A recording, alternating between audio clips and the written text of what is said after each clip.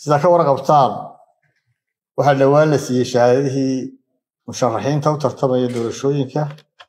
madaxtooyada saddexda madaxweyne iyo ku-xigeenada taa macnaheedu wuxuu ahaa in doorashadii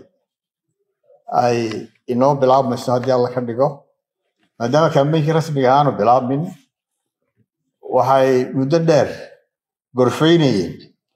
xisbiga wadani iyo urur siyaasadeedka kaah oo isbahaysi mucaarid oo isbedel doona sidii ay dadka u soo bilaabi lahaayeen wacyigelinta kaambeynka soo socda ee doorashooyinka isku sidkan 13 Noofambar ku mudaysan wadahadalka iyo wadatashiga dheer kadib waa isla qaateen inay muhiim tahay in dadka la soo wacyigeliyo laguna soo wacyigeliyo inay u diyaar garoobaan kaambeynka doorashada ee bilaabmi doona markuu rasmi u bilaabmo haddii ilaahay ka dhigo waxay isla qaateen xisbiga wadani iyo siyaasadda kaah in dhammaan gobollada jamhuuriyadda Somaliland ay u baxaan iyagoo kala qaatay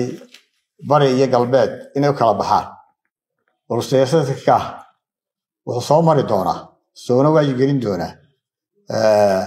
gobollada bariga jamhuuriyadda Somaliland togdheer sool iyo sanaag xisbiga wadanina wuxuu insha Allah isna u baxayaa gobollada galbeedka maamulada jeex saaxil iyo awdal haddii alla ka dhigo